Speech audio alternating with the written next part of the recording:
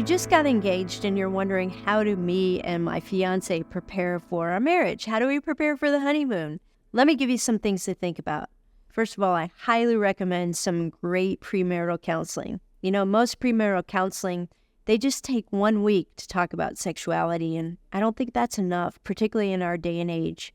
And it might not be your pastor that can do all this counseling. Maybe you want to get a mentor couple who can just be really honest with you. But I think as you prepare for marriage, this is the time where you're going to start to be honest with your expectations, with things that you've struggled with currently or in your past.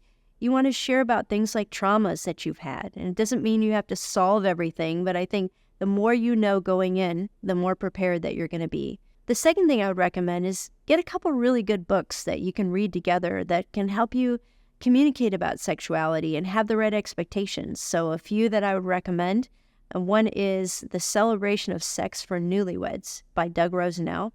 And then the second book I'm going to recommend, this might be a little self-serving, but this is what I'd want you to know. It's a book that I wrote called God's Sex in Your Marriage. And I'd encourage you, particularly as you get close to that honeymoon, actually start to read those books out loud so you can develop the kind of language that you need to talk about this topic that you're probably not real comfortable talking about.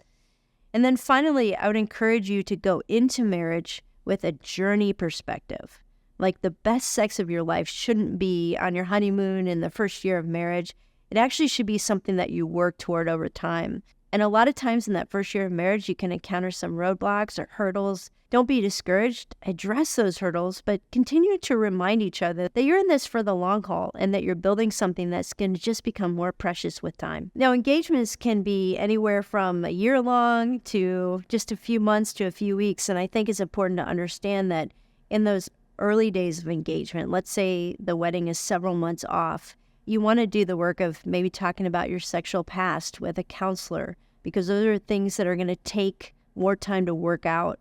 But I would wait until maybe the last 4 to 6 weeks to really start talking about things like what your honeymoon is going to look like and communicating in detail about sexuality. Because if you are committed to waiting until you get married, that communication, that level of vulnerability is probably going to just make it more difficult to wait until you actually get to your honeymoon. So I think it's pacing it out is wise as well.